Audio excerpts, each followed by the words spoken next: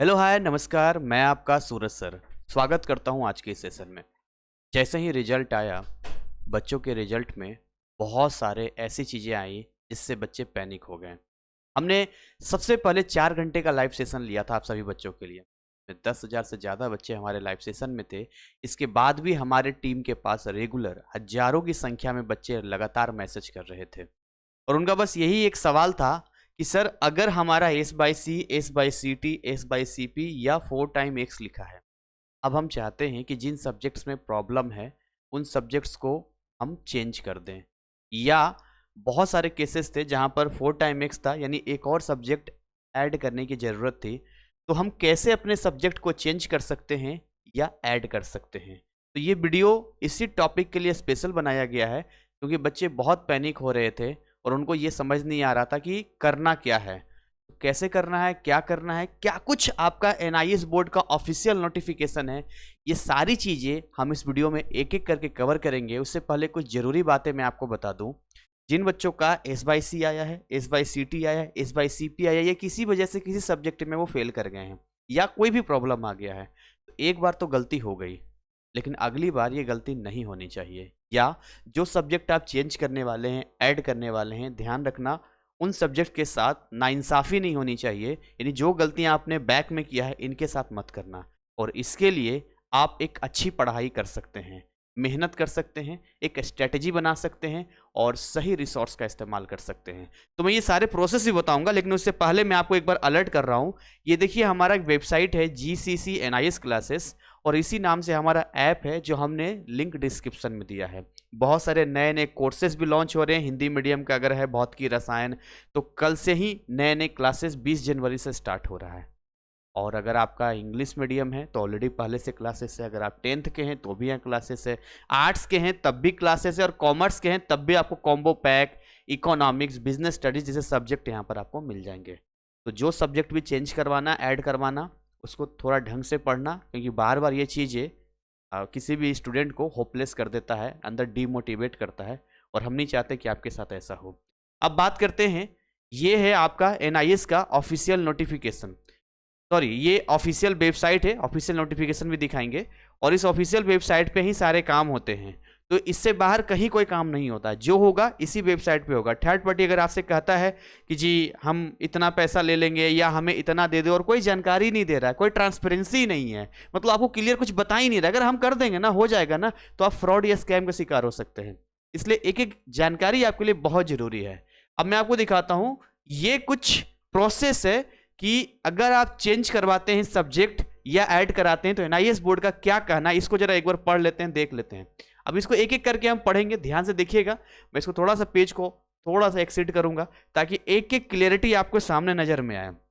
अब यहां पर देखिए, मैं आपको जो बता रहा हूं, यहां पे मैं आपको बता रहा हूं, ये लिख रहा है during the admission period of 5 years। देखिए, एक एडमिशन 5 साल के लिए वैलिड होता है। कितने साल के लिए? 5 years के लिए। तो आपका 5 साल के लिए एक एडमिशन वैलिड है। अब इस 5 साल के अंदर आप क्या कर सकते हैं? चेंज कर सकते हैं मल्टीपल सब्जेक्ट्स को, लेकिन उसमें भी एक कंडीशन है कि आप 7 सब्जेक्ट से ज्यादा नहीं कर सकते हैं। यानी कि आप इस बात को समझिए, टोटल नंबर ऑफ सब्जेक्ट जो है वो एक्सीड नहीं करना चाहिए, 7 से ज्यादा आप नहीं कर सकते हैं। तो जिन बच्चों को मान लो कुछ इस तरीके से है कि उनके पास 5 सब्जेक्ट है, ठीक, जिसमें उन्होंने गलती से बाई मिस्टेक सब्जेक्ट का सिलेक्शन गलत ले लिया है और उनका 4 टाइम एक्स लग गया। अब भाई ऐसे कंडीशन में वो चाहते हैं कि हम 5 में पास हैं, बट हमारा सब्जेक्ट का कॉम्बिनेशन गलत है। मतलब हो सकता है कि आपने 3 वोकेशनल सब्जेक्ट ले लिया हो और केवल 2 ही मेन सब्जेक्ट लिया हो। अब एक मेन सब्जेक्ट के रूप में आप सब्जेक्ट को ऐड करना चाहते हैं, एक ऐड आप करना चाहते हैं यहाँ पर। तो एडिशन में अब कितने हो गए? 5 पहले से हैं और एक ये ऐड हो जाएगा, टोटल कितने हो गए? 6 हो गए। मतलब आपके पास एक और सब्जेक्ट ऐड करने का अभी है, आप कर सकते हैं, बट जितना रिक्वायर्ड होगा उतना ही करेंगे हम लोग। तो यही बात ये बोल रहा है। However such a change is permissible with in 4 years of registration. यानी कि 5 साल का टाइम तो आपको दिया गया है, लेकिन ऐसा आप 4 साल के अंदर ही कर सकते हैं। रीजन ये है कि अगर 5वें साल में आपको कोई भी सब्जेक्ट चेंज करने या ऐड करने का अलाउ कर देगा तो उसका एग्जाम आप कब दोगे? तो 6 ईयर में चला जाएगा ना। तो ये मान के चलते हैं कि अगर 4 साल के अंदर तक करते हैं तो 1 साल का और टाइम होगा ताकि आप कोई और एग्जाम दे पाए यहाँ पे। तो भाई ये चीज भी क्लियर हो गई हमारा। तो अभी तो प्रॉपर टाइम है। जिन बच्चों का रिजल्ट आया उनका तो अभी ये फर्स्ट टाइम ही है ना। और यहां पर लिखा है you can appear in public examination with in the validity period of admission, जो मैंने आपको बताया है। और नो चेंज एडिशन, देखिए जब फर्स्ट टाइम एग्जाम होता है तो उससे पहले, जैसे मान लो किसी ने फर्स्ट टाइम एडमिशन लिया, ठीक, तो अब एडमिशन लेने के बाद एग्जाम फी वगैरह आपने दिया तो उस समय कुछ नहीं होगा। मैं आपको बताऊंगा पूरा सीन क्या है यहाँ पर, एग्जाम फी का क्या रोल है, कब आपको करना चाहिए, एक एक करके मैं आपको बताऊंगा यहाँ पे। और इस तरीके से ये कुछ यहाँ पर लिखा हुआ है कि अगर आप सेकेंडरी में सब्जेक्ट को यहाँ पर चेंज कराते हैं, यहाँ पे यहाँ लिखा है कि फॉर चेंज का तो 720 रुपया लगेगा और यहाँ 720 लगेगा। हालांकि ये डेटा पुराना है, अगर आप खुद से भी करेंगे आई थिंक 900 समथिंग रुपया, 920 या समथिंग रुपया लास्ट टाइम लग रहा था, इस टाइम देखते हैं कितना है। तो आप अप्रोक्स मान सकते हैं कि 900 रुपया के आसपास में अभी लग रहा है, उसमें 20, 30, 50 रुपया आगे पीछे हो तो हम नहीं कर सकते हैं यहाँ पर। तो ये थोड़ा सा पुराना डाटा है जो यहाँ पर दिखाया है हमने। तो ये क्लियर आपको हो गया कि क्या क्या कैसे क्या हो सकता है।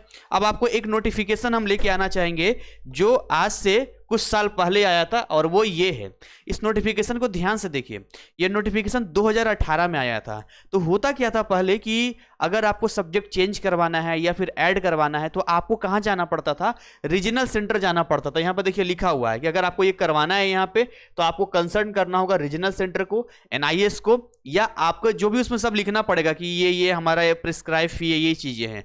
लेकिन 2018 के बाद यहाँ पर क्या किया गया, यहाँ पे ये कुछ 12 चीजें ऐड की गई आपके ई सर्विस में, जिसमें साफ साफ कहता है कि ये देखो साफ साफ क्या बोल रहा है यहाँ पर, in order to overcome the time lags delay. देखिए बहुत टाइम लगता था, काफी देरी होता था, तो इसको इजी बनाने के लिए इन सारे प्रोसेस को कहां दे दिया गया है, ई सर्विस में दिया है। और ई सर्विस कहां अवेलेबल होता है, तो NIS का जो पोर्टल होता है, डैशबोर्ड होता है, वहीं पर हो सकता है।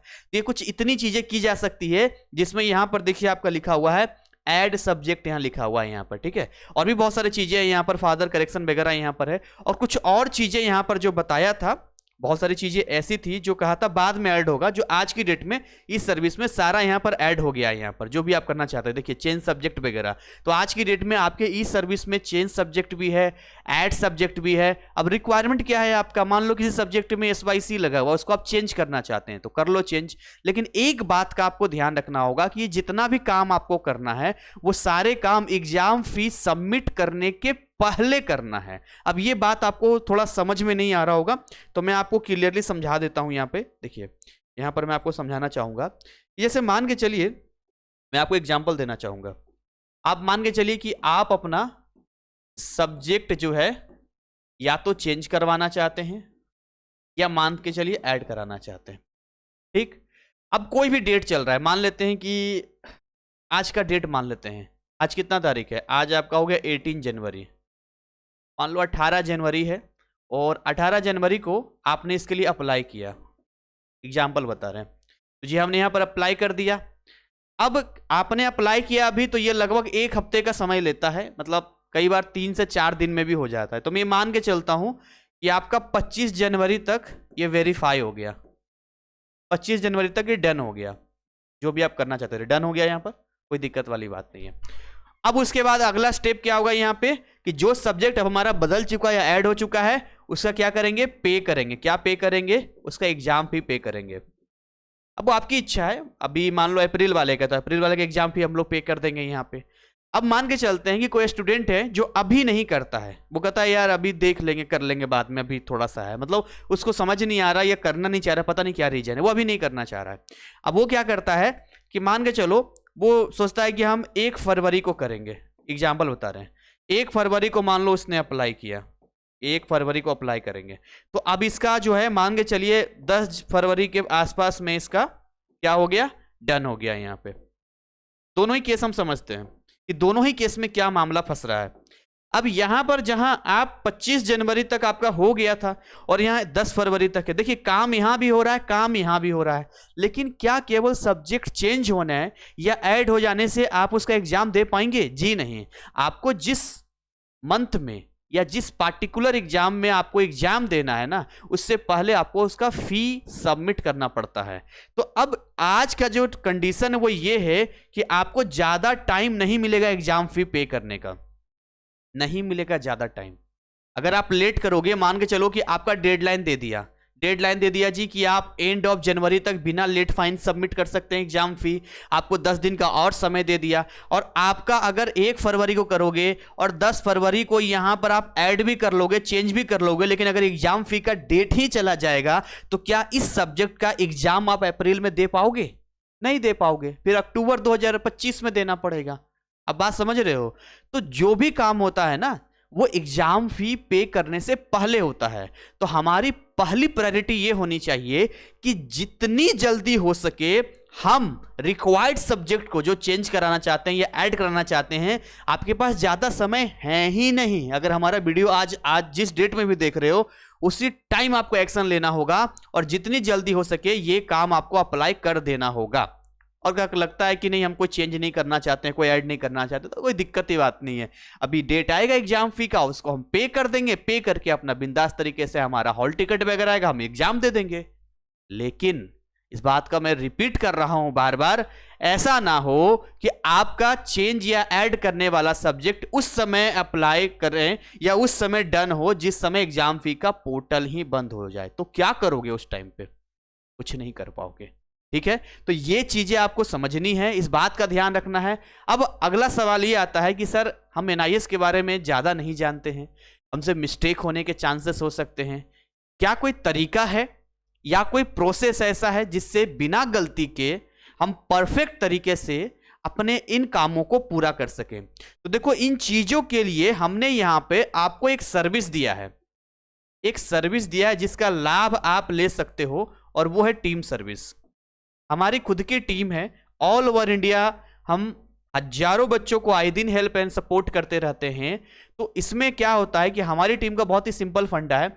हमारी टीम से आप कांटेक्ट करते हैं, इस पे कांटेक्ट करेंगे, एक नंबर बता रहा हूं आपको, 9289377247। इस पे आप क्या करेंगे? व्हाट्सअप करेंगे। कॉलिंग करेंगे तो शायद रिप्लाई ना आए, बहुत सारे कॉल्स आते हैं।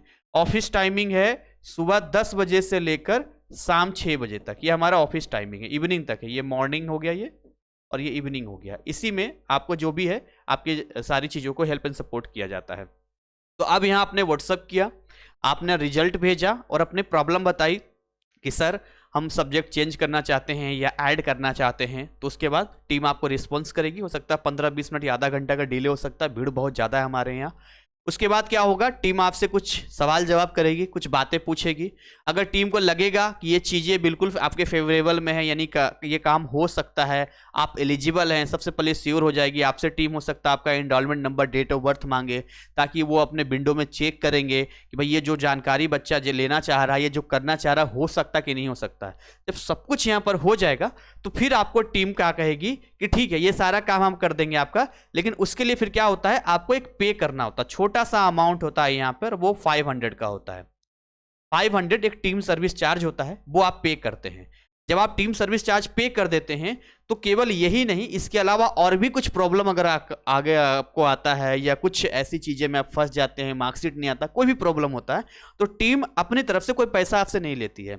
वो यही एक चार्ज होता है जिसमें आपको आगे तक हेल्प एंड सपोर्ट और गाइड किया जाता है। ये बात समझ रहे हो आप जो भी मैं बता रहा हूं?